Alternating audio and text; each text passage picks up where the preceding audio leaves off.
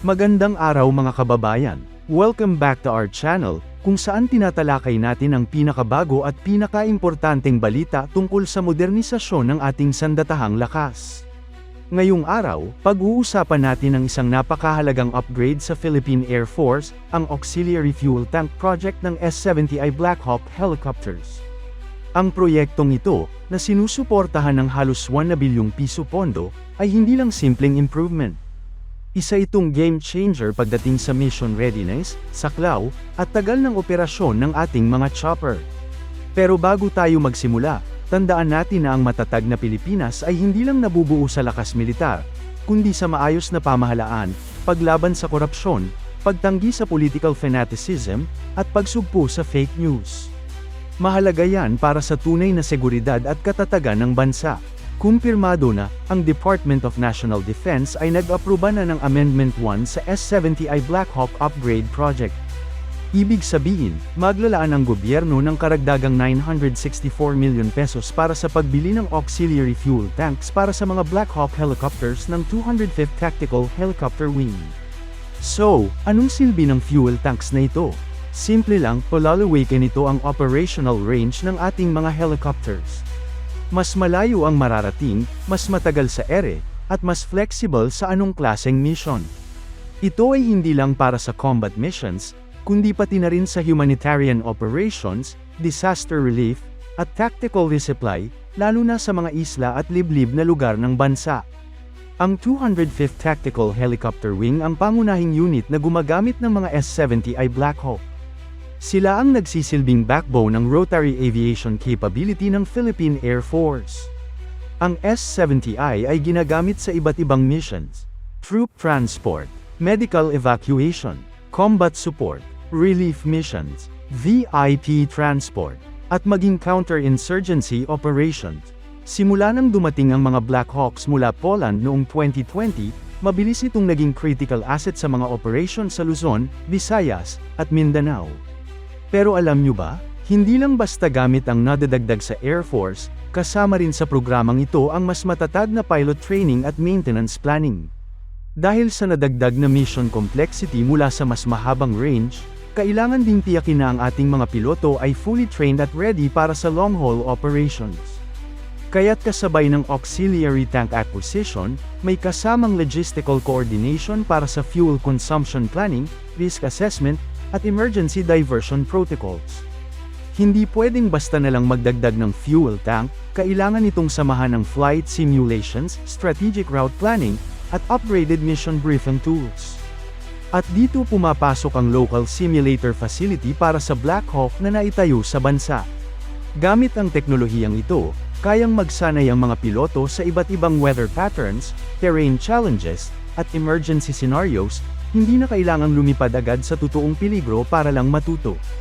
Hindi lang piloto ang benepisyado, pati ang mga ground crew at maintenance personnel. Kailangan din nila ng updated training para sa handling ng auxiliary tanks. Fuel line safety, weight distribution, mission-specific calibration. Ibig sabihin, buong ecosystem ng helicopter operations ang naaapektuhan at napapabuti ng upgrade na ito. Bukod sa operational gains, may epekto rin ito sa public trust. Kapag nakikita ng mamamayan na ang military assets ay gumagana ng maayos, mabilis sa response, at modernized, mas tumataas ang respeto at tiwala sa sandatahang lakas. At kung may tiwala ang publiko, mas madaling isulong ang tuloy-tuloy na modernisasyon. Dahil dito, ang Auxiliary Fuel Tank Project ay hindi lang basta aircraft enhancement, ito'y investment sa professionalism at readiness ng ating buong Air Force. Ngayon, ano nga ba ang Auxiliary Fuel Tank? Ito ay karagdagang tangke ng gasolina na maaaring ikabit sa loob ng cargo bay o sa labas ng helicopter frame. Hindi ito permanente, pwedeng install depende sa mission. Kapag nakakabit ito, lumalawak ang range ng helicopter ng daan-daang kilometro. Kung dati, hanggang 460 kilometers lang ang kaya ng Black Hawk. Sa tulong ng auxiliary tanks, maaaring umabot ito sa 600 to 700 kilometers. Sa simpleng salita, kung dati ay kailangan pa nilang tumigil sa gitna para mag-refuel, ngayon ay dirdiretso na ang biyahe. Una, mas pinalawak na defense coverage. Napakahalaga nito lalo na sa harap ng tensyon sa West Philippine Sea. Kailangan natin ng asset na kayang umabot sa mga islang tulad ng Pag-asa, Lawak, at iba pang bahagi ng Kalayaan Island Group nang walang refueling stop. Pangalawa, emergency at disaster response. Sa panahon ng bagyo, lindol, at landslides, madalas ay inaccessible ang mga lugar. Pero sa Black Hawk na may auxiliary tanks, kahit gaano pa kalayo, kayang abutin ng tulong. Maaaring magdala ng relief goods, doktor, o medical supplies ng mas mabilis kaysa sa anumang ground convoy. Pangatlo, tactical deployment sa Mindanao at border areas. Kailangan ng mabilis na tropa deployment sa mga hotspot tulad ng Sulu, Basilan, at Tawi-Tawi. Mas madali na ito sa mas mahabang flight endurance ng Black Hawk Fleet. At huli, mas kaunting logistic risk, mas kaunting refueling stop, mas kaunting risk. Hindi na kailangang dumaong o dumaan sa ibang base na maaaring hindi secured. Ang Sikorsky S-70i Black Hawk ay isang matibay at subok na platform. May history ito ng paggamit ng US military at iba't ibang bansa sa buong mundo. Technical specs ng S-70i Black Hawk. Cruise speed, 280 km per hour. Payload capacity, 4,000 pounds. Troop capacity, 11 fully equipped soldiers. Endurance, 2.3 hours, standard, up to 4 dagdag hours, with O tanks. Max range with O tanks, over 600 kilometro. Service ceiling, 19,000 feet. Kumbaga, all-around performer ito. At ngayon, mas pinalakas pa ng auxiliary fuel tanks. Sa pamamagitan ng upgrade na ito, maraming mission ang pwedeng expand o gawing mas efficient. Night operations in remote areas. Long-haul resupply missions for marine outposts. Disaster evacuations mula sa mga isolated barangays. Search and rescue operations sa mga karagatan at kabundukan. Joint military exercises with allies na nangangailangan ng extended flight capability.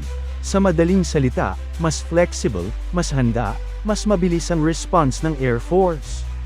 1430. Ang proyekto ng Auxiliary Fuel Tank ay bahagi lang ng mas malawak na AFP Modernization Program Horizon 2 and 3. Kasama rin dito ang multi-role fighters, maritime patrol aircraft, radar systems, missile defense, unmanned systems, Navy warships and submarines. Pero tandaan natin, ang rotary assets tulad ng Black Hawk ay ang unang sumasalo sa emergencies. Kaya't hindi biro ang halaga ng pag-upgrade sa helicopter capability natin. Sa halagang 964 million pesos, binili natin hindi lang tangke ng gasolina, kundi oras, bilis, at abot kamay na tulong para sa Pilipino. Ito ang simbolo ng isang Air Force na mas handa, mas makabayan, at mas moderno. Kaya mga kababayan, tandaan, mas malayo na ang mararating ng Black Hawk Pilipinas. Kung nagustuhan nyo ang balitang ito, huwag kalimutang like, share, at mag-subscribe sa ating channel para sa mas marami pang update tungkol sa ating sandatahang lakas. Hanggang sa muli, mabuhay ang hukbong himpapawid ng Pilipinas, at mabuhay ang sambayanang Pilipino.